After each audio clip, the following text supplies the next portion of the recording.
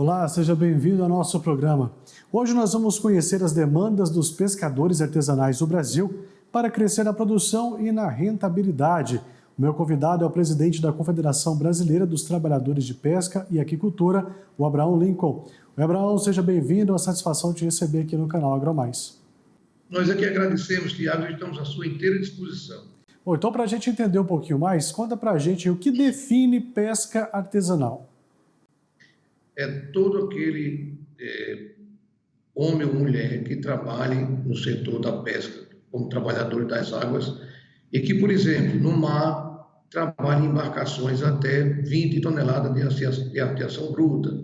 Pescadores que não têm carteiras assinadas, são regidos por uma legislação especial e por uma seguridade especial também.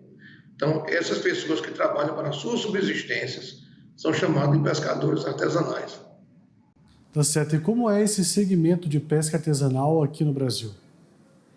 Olha, o Brasil é um país ainda que deixa muito a desejar na pesca, em razão de, por exemplo, nós temos 70% da produção nacional é feita da pesca artesanal.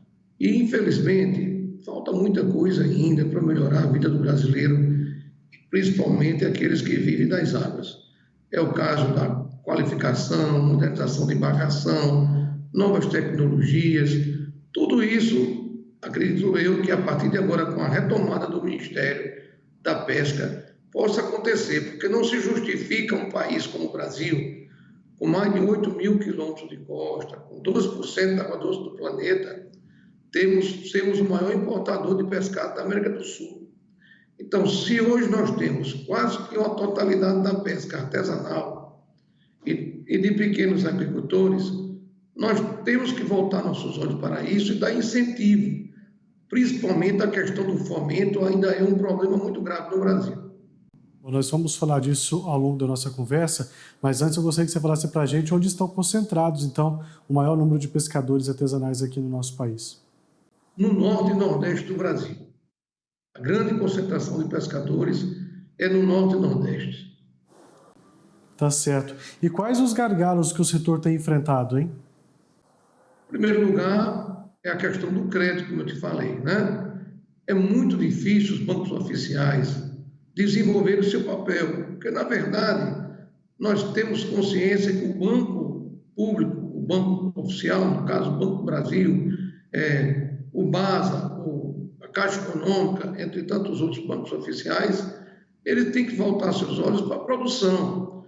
E nós temos, como eu falei no começo da nossa conversa, uma capacidade muito grande de produção.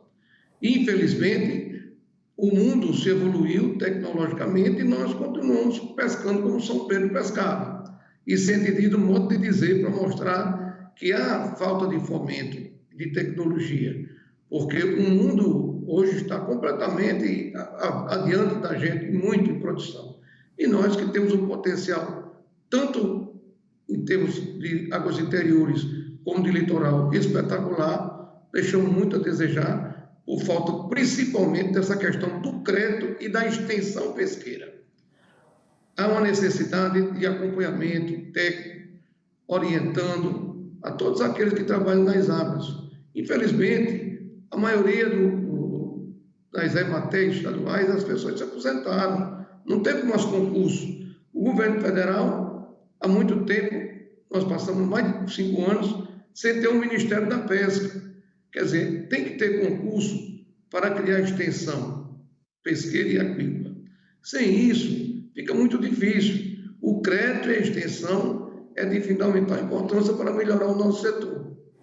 Pois é, agora eu te faço uma pergunta. Você está falando dessa questão da recriação do Ministério da Pesca, que ficou esse tempo sem e que ficou mais difícil. Mas antes, quando tinha, as condições de trabalho de vocês eram melhores? O Ministério ele durou muito pouco tempo, né? Na verdade, quem perdurou por mais tempo foi a SUDEP, antigamente. E o que é que acontece? A SUDEP desenvolvia muito bem o papel dela. Ela fomentava o setor, certo? Ela representava o governo diante ao segmento pesqueiro e aquícola, através não só de financiamento, mas de todo tipo de situação. Era um órgão mais presente e que teve uma vida útil maior. Então, infelizmente, o tempo que nós tivemos o Ministério, teve ano de mudar o ministro 3 vezes, ou 4. Então, foi um tempo muito turbulento, de muita turbulência política, onde, infelizmente, um não dava continuidade ao trabalho do outro. Mas o que nós hoje vemos é que realmente o governo está voltando os olhos para isso, está vendo que o país não pode ser o maior importador de pescado da América do Sul, tendo o potencial que tem, e acredito eu que também a questão das amarras ambientais, o exagero que acontecia de o IBAMA tratar o pescador de uma forma muito cruel, certo? Ele que produz esse alimento mais nobre do planeta. Então, tudo isso contribuiu para que, infelizmente, a gente estivesse nesse round tão triste de alimentar 1 milhão de famílias de outros países, enquanto nossos pescadores que produzem esse alimento tão nobre estão numa situação um pouco a desejar de melhorar. Presidente, eu gostaria que o senhor esclarecesse uma dúvida aqui, eu acredito que seja a mesma do nosso público, porque a gente mostra diversos outros cenários do setor de pescados aqui no nosso programa. Quando a gente fala das produções de tilápias que são em cativeiro, a gente fala de outras produções, a gente vê um crescimento muito grande, um setor em franca expansão. Por que esse outro setor está crescendo muito, que é o caso da Peixe BR, que a gente sempre mostra por aqui, e nesse segmento da pesca artesanal está tão enfraquecido assim como o senhor está relatando aqui para a gente? Eu vou dar um exemplo a você. Eu sou do Rio Grande do Norte, e lá, como em todo o Nordeste, e como em todo o país, nós temos grandes reservatórios, né? Então, o que é que acontece? O governo deveria desmanchar essas amarras. Tem ambientalista que diz que cocô de peixe e urina de peixe polui. Gente, o que polui é o ensaneamento de inúmeras cidades, de centenas de cidades, que são derramadas dentro das barragens dos açudes. Em vez de fazer um programa de criação de peixe em tanque-redes para melhorar a vida do pescador artesanal, dando tecnologia, dando crédito, não é dar dinheiro, é oferecer o crédito para o trabalho daquele homem ou daquela mulher. Infelizmente, esses reservatórios ficam aí, só um sol mamando nele, como diz aqui no sertão, e nada acontece. A própria piscicultura, que é a agricultura, que deveria crescer com esses reservatórios, que são públicos e poderiam ser através das cooperativas, das colônias, estão aí completamente ociosos. O Brasil podendo produzir muito mais na agricultura, muito. O que você vê bem hoje aí é na agricultura privada. Os grandes, que claro, que viram que produzir peixe no Brasil é um grande negócio. Então isso é muito importante, é muito salutar. Parabenizo aqueles que têm capital para fazer isso, mas o governo detém inúmeros reservatórios.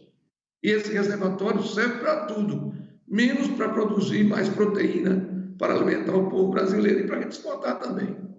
Não, sem dúvida nenhuma, e chama muita atenção o senhor falar isso para ele, porque é uma situação que a gente de fato não conhecia, não tinha apresentado aqui ainda no canal AgroMais, porque nós até mostramos o exemplo do ano passado da liberação da usina de Itaipu para a criação de tilápias, o que vai transformar aquilo ali no grande criatório, ou seja, esse argumento que estão colocando para vocês, que a criação de peixe vai poluir a água, ele já cai por terra por aí só, porque ele de fato não existe, não tem a menor condição da gente pensar nisso, muito pelo contrário, a gente já vê criações também aí, hoje que se utiliza da própria água dos peixes para fazer hidroponia, para você produzir outros alimentos, porque acaba enriquecendo muito mais, ou seja, essa água ela enriquece muito mais uma produção e, claro, é um argumento um tanto quanto estranho. Agora, diante desses gargalos, com essa recriação do Ministério aí da Pesca, vocês acreditam que vai ser mais fácil ter acesso a esse crédito e que o novo governo possa olhar com bons olhos para esses reservatórios aí e poder, quem sabe,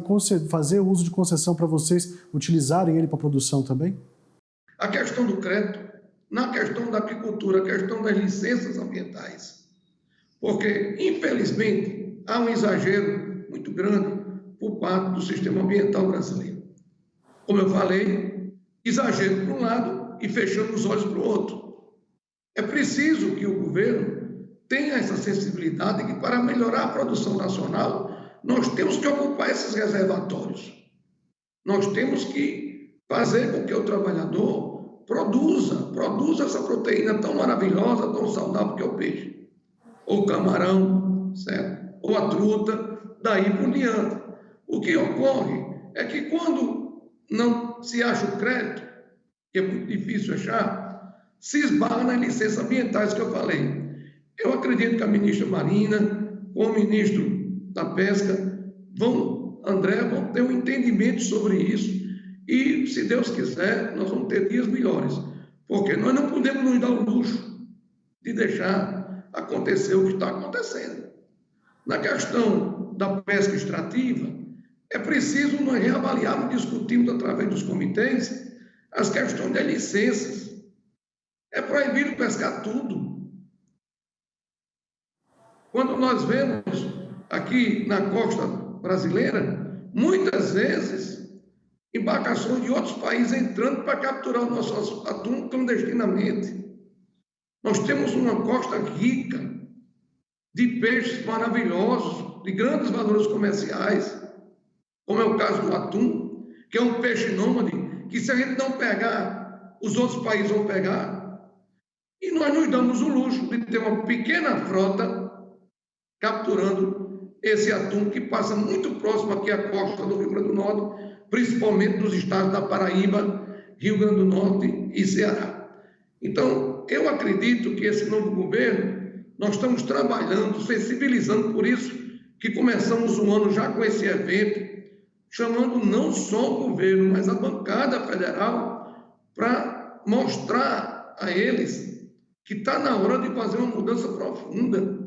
Nós temos que dar alimento para milhões de pessoas que vivem completamente desse segmento, que é a pesca e que é a agricultura. Então, o Brasil tem que sair dessa mesmice que tudo é proibido. Tudo é proibido. Então, está aí os reservatórios, eu acho que proibido é o povo passar fome. Proibido é a gente deixar de ter uma proteína dessa na merenda escolar, é deixar de ter um alimento tão nobre na casa de cada brasileirinho e de cada brasileirinha. Onde é que fica o bicho homem? Será se alguém já parou para pensar que nós temos milhares de pessoas que vivem às margens dos rios e dos mares e que só tiram sua sobrevivência deles? Às vezes não dá para pensar, porque o cara ganha um dinheiro muito bom e está atrás de um ar-condicionado. Então, isso é uma situação que precisamos estudar e melhorar, sem radicalismo, com serenidade e com tecnologia. O Brasil precisa, sim, sair dessa vergonhosa situação que está de maior importador de pescado da América do Sul. Precisamos alimentar os brasileiros, precisamos dar melhor vida para quem vive da pesca e da agricultura. Nós não estamos aqui falando só dos grandes, temos que falar dos pequenos, que é a grande maioria, que é mais de 2/3. Com certeza, né? Eu vou te pedir licença, presidente, porque eu tenho que ir para um intervalo comercial, mas quando a gente voltar, nós vamos continuar falando um pouco mais sobre essas demandas que vocês apresentaram, então, para o novo governo e, claro, sobre esses gargalos, e tem muito assunto para a gente conversar por aqui ainda. A gente já volta. E você de casa também, continue ligado aqui na programação do AgroMais, o Aquicultura volta já.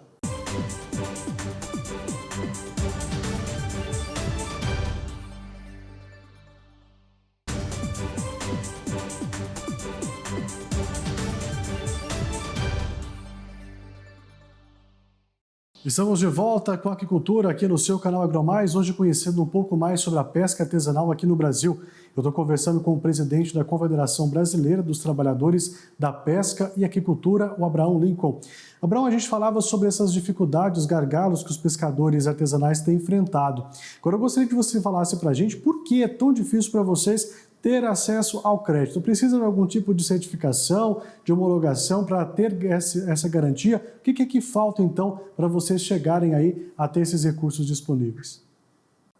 Olha, a pesca é um pouco diferente da agricultura, certo?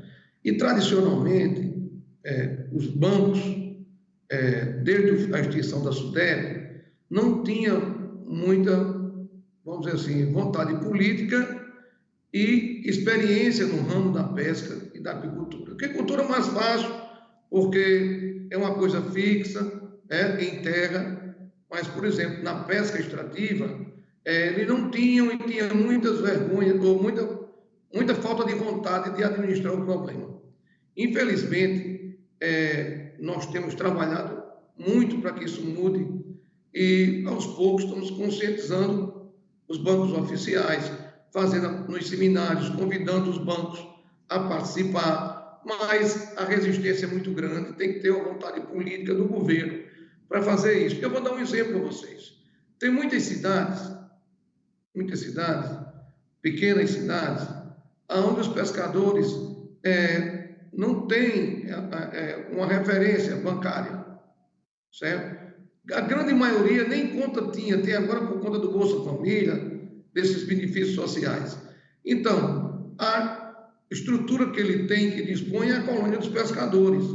Isso em grande parte dos municípios brasileiros. E, infelizmente, ele não tem um histórico de cadastro no banco, diferente do agricultor. Então, a categoria do agricultor, da agricultura familiar, ele está muito mais avançada do que a pesca artesanal. Então, nós temos trabalhado bastante junto ao ministro, junto ao Banco do Brasil, a Caixa Econômica. O Banco do Nordeste já tem uma experiência um pouco, usa o microcrédito, que não é o suficiente para resolver os problemas da pesca. O Pronaf Pesca é surrealismo. Querem que o pescador tenha a mesma documentação que a agricultura tem, que infelizmente são duas coisas completamente diferentes. Alguns querem dizer que a agricultura e pesca é a mesma coisa. É um equívoco. É quem não conhece. Quem trabalha nas águas é completamente diferente de quem trabalha na terra. Né? Então, eu vou dar só um exemplo bem prático, assim, bem prático. Quem trabalha nas águas depende muito do vento, das correntes, da própria lua. Eu estou dando esse exemplo bem prático para vocês verem que na agricultura é completamente diferente. Muitas vezes, o pescador vai para o mar e as correntes não deixam de pescar absolutamente nada. Quando ele volta sem nada. Muitas vezes ele vai para o mar e volta com o barco carregado. Seja lá de lagosta, seja de atum, ou de tainha, qualquer outro tipo de pescado. Então, isso depende muito de vento, por exemplo, tem tipo de peixe que só se pega com claro, com lua. Tem tipo de peixe que só se pega no escuro. Quer dizer, tudo isso faz com que a pesca seja uma coisa completamente diferente das outras economias. Sem dúvida nenhuma, né? Agora, quais foram as demandas aí apresentadas para o Ministério da Pesca nesse encontro que vocês tiveram? Além da questão do crédito, a qualificação. Olha, para você ter uma ideia, entra governo e sai governo, não consegue contar os pescadores. Não tem a produção nacional. Nós estamos propondo ao governo, nós vamos pedir ao governo para nós mesmo fazer, a Confederação Brasileira de Trabalhadores da Pesca, um censo, porque nós temos capitalidade em todo o país, através das nossas colônias, que são nos municípios. Então, o Brasil não sabe o que produz. É preciso que o Brasil... Uma das dificuldades do crédito é esse, é que não existe uma estatística do que se produz. Então, por exemplo, não se sabe quantos quilos de peixe se pega numa cidade. A cidade de Caiçara do Norte, um grande polo pesqueiro artesanal nordestino, não sabe quantos quilos de peixe nós produz. Então, quando chega no banco, essa estatística é importante, mas não existe. Porque é diferente da agricultura, que tem uma média. Né? Tem uma média já calculada, mas nós não temos. Por quê? Porque nós não temos ainda a extensão pesqueira. No passado, nós tínhamos a extensão pesqueira, através da SUDEP. Hoje não existe mais. O Ministério é formado de gente cargo comissionado, tem poucos servidores de carreira. Então, o governo precisa estruturar para poder fazer o Ministério funcionar e fazer com que tudo isso aconteça. Então, além da questão da estatística, de pescadores, de produção, nós precisamos melhorar a qualificação, nós precisamos voltar os olhos para a comercialização do produto, que muitas vezes um produto passa por 8, 10 mãos para chegar até a sociedade e chega com um preço muito alto, enquanto lá na fonte o pescador entrega por um preço simbólico. O governo precisa fazer programas para atender as comunidades mais carentes, comprando esse peixe direto das colônias e vendendo para a sociedade por um preço mais justo, comprando por um preço mais justo e um preço mais justo. O PAA, que é um programa da Conab, precisa ser estimulado e voltar imediatamente para fazer justamente isso que nós estamos falando. Melhora a situação financeira da sociedade, que passa a comer uma proteína nobre, e melhora a vida daqueles que vivem da pesca e de suas famílias, que passam a vender o seu produto por um preço mais justo. Nós não estamos aqui querendo inventar a roda ela já existe. O que nós precisamos fazer é que quem esteja lá no governo entenda que esse é um setor diferenciado. Em todos os países do mundo, o pescado é a roda da comercialização das proteínas, menos no Brasil. Então, o que falta é uma falta de uma vontade política, que o presidente Lula agora está demonstrando isso aí, e que eu vou torcer e acredito para que isso dê certo. Não só eu, como o nosso país precisa melhorar a situação da pesca e da agricultura. Sem dúvida, né? E qual foi a posição do governo diante dessas demandas que vocês apresentaram, hein?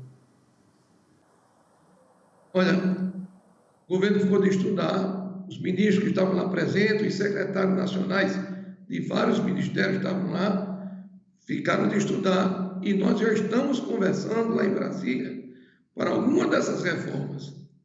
Isso começou a avançar já, e eu acredito que no decorrer desses 4 meses irão surgir novidades. Eu vou dar só um exemplo para vocês. Programa de casa habitacional para pescador. O governo passado botou R$1 bilhão para fazer casa para pescador, não conseguiu fazer 1.000. Porque a maioria dos pescadores mora em áreas muito perto das barragens ou do mar. As casas não têm escritura. E o programa pedia a escritura das casas. Muitas vezes, aquele terreno já foi o pai que passou para o filho um pedaço para fazer uma casa para morar. Então, o dinheiro voltou. O governo fez a maior propaganda do mundo, o dinheiro voltou, não foi usado. Então, são essas situações que nós temos que rediscutir e redirecionar para fazer com que o setor tenha um novo impulso e que a gente possa fazer com que o Brasil saia dessa vergonhosa situação que está aí de importador do pescado. É certo, né? A gente espera isso mesmo. Bom, Abraão, quero agradecer muito a sua participação aqui com a gente, contar um pouco mais desse setor de vocês aí, também as demandas que vocês buscam, e assim que tiver qualquer novidade, nós vamos entrar em contato de novo para a gente atualizar a todos aqui que estão nos assistindo. Mais uma vez, muito obrigado e até a próxima, viu? Até a próxima. Eu que agradeço em nome da Confederação Brasileira e da Pesca Artesanal Brasileira e Agrícola, dos microagricultores. Um abraço a todos. Também muito obrigado pelo carinho da sua audiência. Continue com a programação do canal AgroMais. É claro que a gente se encontra por aqui.